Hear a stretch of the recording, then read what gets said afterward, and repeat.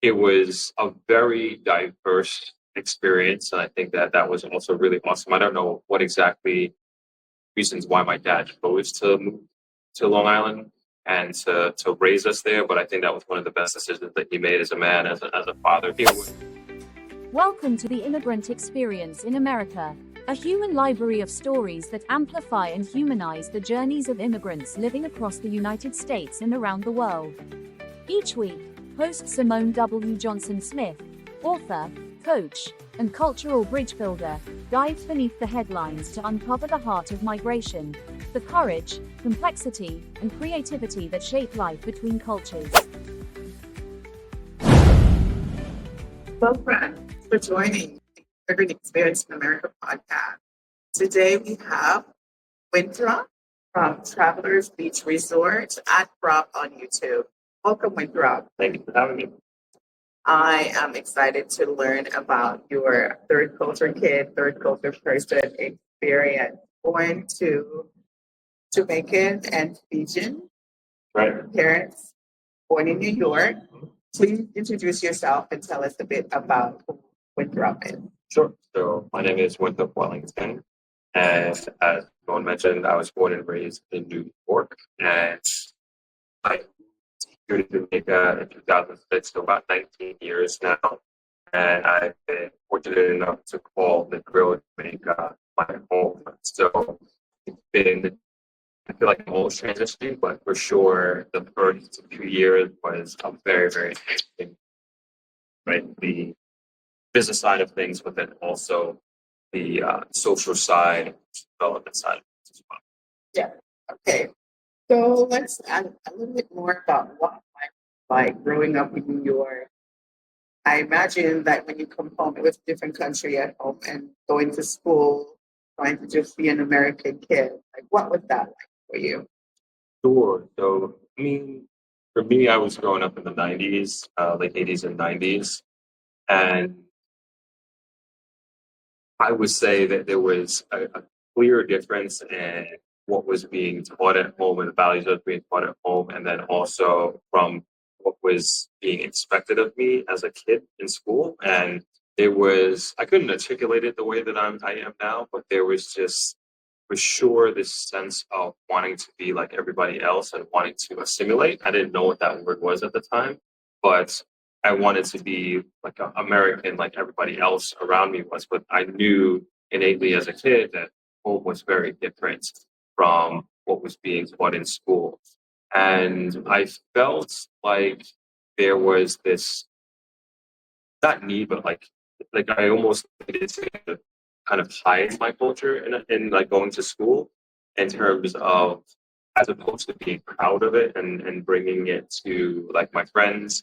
And what I guess what ended up happening and I did this wasn't on purpose, but like you end up just becoming friends with or really good friends with like Caribbean people, Caribbean students. And that's kind of what I kind of lean towards. And even now, like I have a very diverse group of friends, but like it's just worked out that way. Like some of my best friends, like their parents are Antiguan, Haitian, Guyanese, and it's just interesting. Like now that I'm thinking about it, like that's kind of what I was drawn to because of this like similar upbringings in the household, similar cultural expectations and experiences, and I think that that's what I related to.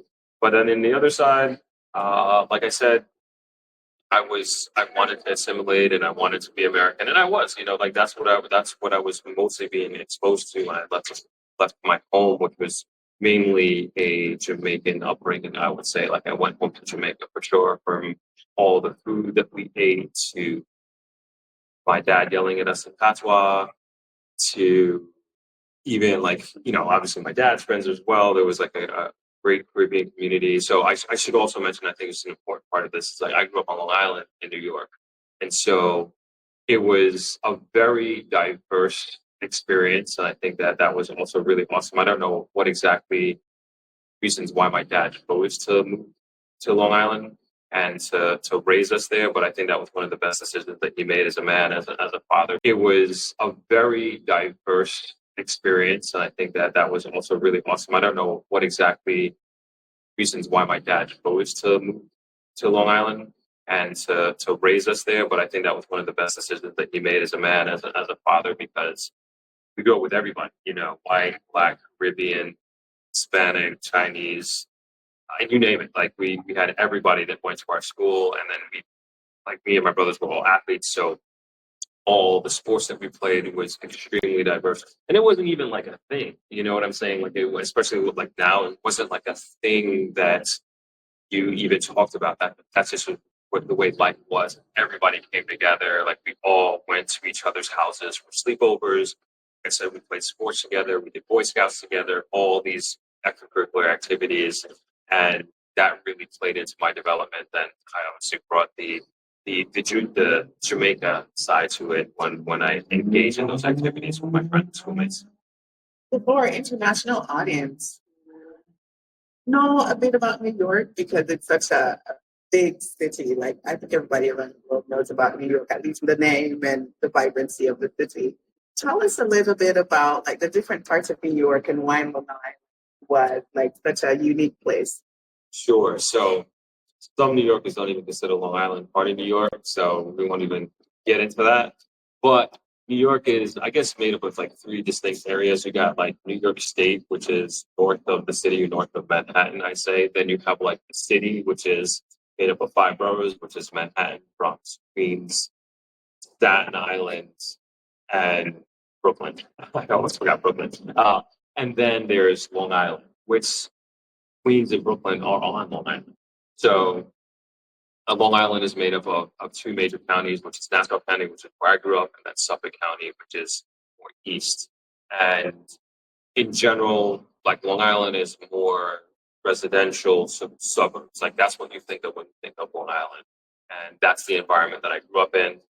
And the proximity to the city is what a lot of people make Long Island very appealing, especially to families, because a lot of people, grown-ups at the time, they lived on Long Island, raised their families in Long Island, and then went to went to work in the city and commuted back to Long Island in the evenings. And that's kind of the makeup of Long Island. And so, like, even if I look at my friends now, and you think of like their lifestyle, it's like they've kind of migrated into that. Like the lifestyle of growing up on Long Island is like you grow up on Long Island, you either go to school upstate for college or somewhere else, and then you move to the city after college, and then you do have your fun, you find your soulmate in the city, and then after you settle down and married and wanting to start a family, then you move back to Long Island, and that's the triangle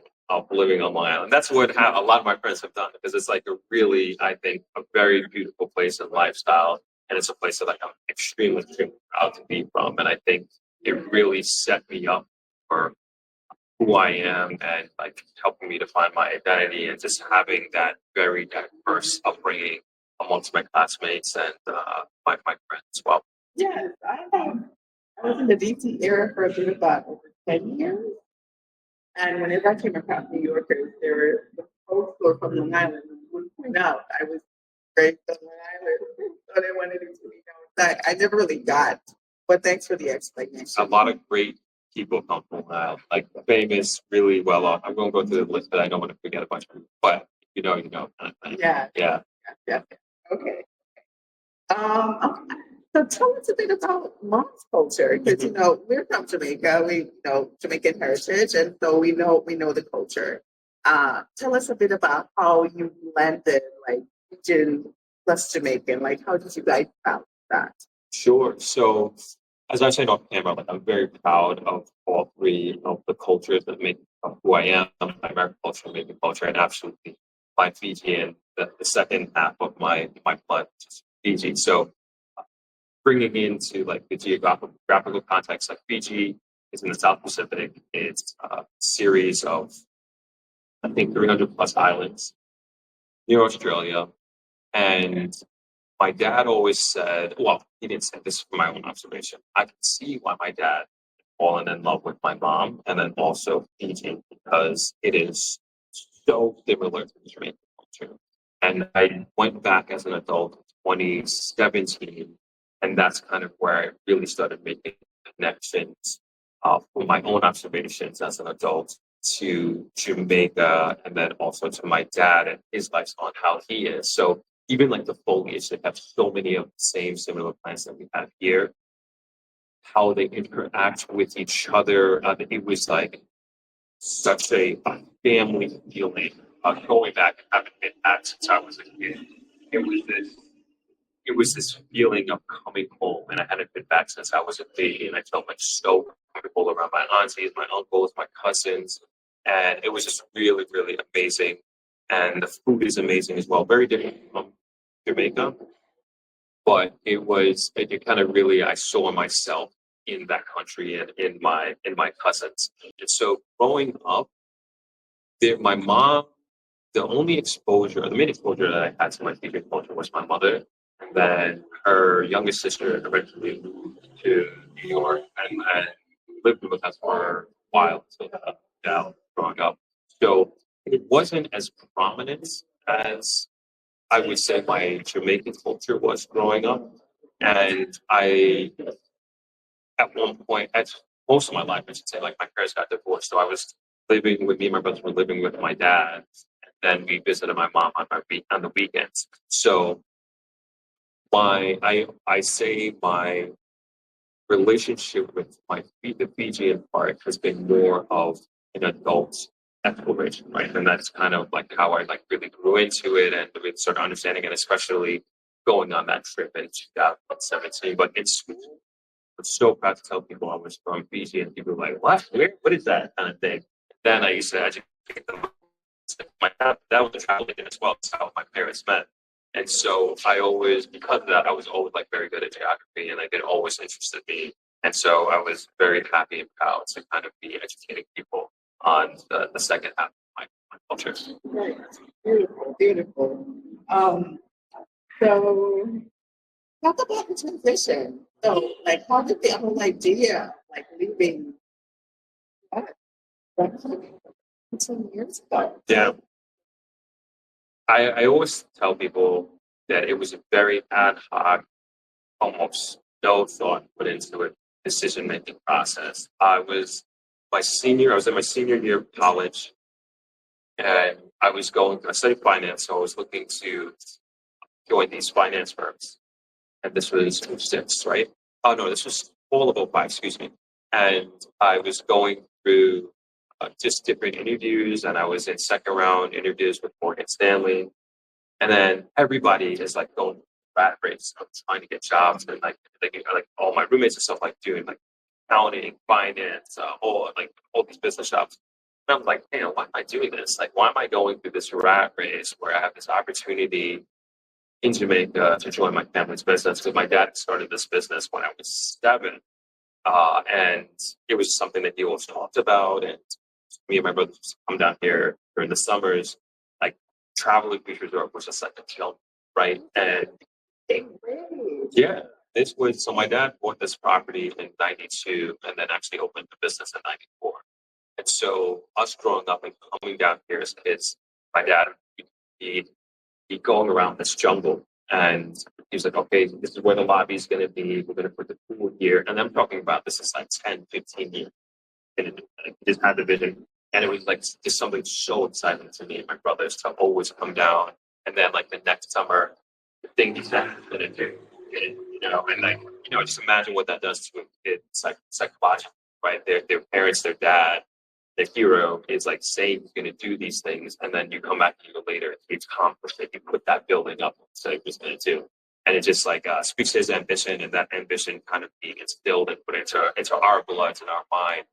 And I also learned to drive here as well because I was like starting at 11, and I used to pick up the trash and the pickup truck that we had, and my dad loved it because I would just go around and pick up the trash, but I loved it because I got to learn how to drive at 11 years old.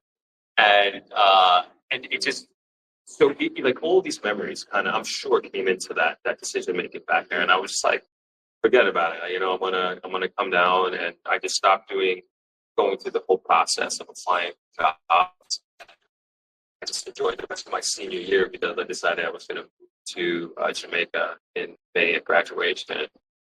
And that's as far as I thought. And when they say like ignorance is bliss, like this is one of those situations. Like if I knew perhaps what I was going to be putting myself through, I probably wouldn't have done it. You know, if I really sat down and thought about like the culture shock, the leaving this fast-paced environment, coming down to not so fast-paced environment, and not having like especially at the time, technology gap, you know. And even growing up, I always told myself I would never move to Jamaica, and here I am. 19 years later. Amazing. But what was that like transitioning here? Like, what were the struggles? You know, the happy places that you found along the journey. So, as you said, like I knew the culture a bit, but I would the huge aspects that stuff. I thought I did, but I trust me. Vacationing here for 3 weeks a year as a kid, adolescent, is very different from living here. And I learned that the hard way. And I always caution people about this. Look at Jamaica as this, from the vacation lens, right? As this utopia, as this place that's this and that, whatever they build up in their mind. You know, it's just not. It really, really isn't. And Jamaica isn't for everybody. The Negril isn't for everybody. And I think it's important that, you know, people who are deciding or contemplating whether they want to move here or not, that they go through their own process beforehand. And because I've also seen so many failed transitions to Jamaica, so many failed entrepreneurs come down here to, especially Americans. They try to bring their Americanness, their American ways of doing business here. And it's I'm not gonna say it doesn't work, but you make it a little bit more difficult than it might have to be, as opposed to adapting to the way things are. So, you know, I caution people from my own experience because I made all those mistakes. I made the mistake of not taking the time to kind of really figure out, see myself in the position of being here a year, 2 years, 5 years, 10 years from now. And then I also made the mistake of just thinking my way of doing things, the American way of doing things, is the way, the best way. And that's I think what made my transition to Jamaica so much harder. So if you'd imagine, I moved here at 22 years old from New York, and the way I looked at it in my eyes, like my friends were living the dream. You know, we all did well in school. Everybody got best jobs, best pay for that time period and that age. And I used to go back to New York probably monthly for the first 6 or 7 months that I was here. Maybe close to the first year, but whatever. The thing is like I was just had like incredible FOMO, and I felt like I was missing out on my friends and the experiences that they were having, and I just wanted to taste of it as much as I possibly could. But then after a while, I realized that if I don't just stay here for 6 months, like I'm never going to stay here. Like I'm always going to have one foot in and one foot out. And like this, if I want to make this business successful, if I want to make this experience of living it to make it successful, really have to like super commit. And what I was struggling with, as I was alluding to earlier, is both the social aspect and the business aspect of things. So for the doing business, it was a multitude of challenges that I was facing. Like I was never an entrepreneur. I never worked for anybody. I never worked for myself. And so I was, and then I'm being groomed, if you will, to take over this property and to take over this business. And I had my academic education, but at the end of the day, like I didn't know what I was doing, and I had to learn. And so I was kind of battling that at the same time that I was also battling the culture, the business culture. So I would say the external business culture. So of banking, dealing with the government, and all of the frustrations that come with that, if you can imagine. And it was extremely challenging and frustrating, and it took me a while to get to a point of acceptance. And I think, again, I caution people and advise people, it's like, you want to get there as quickly as possible and realize that you're going to a bank or dealing with the government agency, and there are clear inefficiencies that you are experiencing. And you know that this wave might be a little bit better if you just made this tunnel. Like forget about it. You have to let it go because you got to realize you're trying to stick square peg in a round and you're not going to change it. So it became, it should be, this is my advice, it's like it should be more of a mindset of adapting as opposed to opposing. Remember to hit that like and subscribe button and also the notification bell. We appreciate your support. It helps get the word out to others who can be inspired and encouraged by these stories that we share. Thank you for joining and welcome. Remember to hit that like.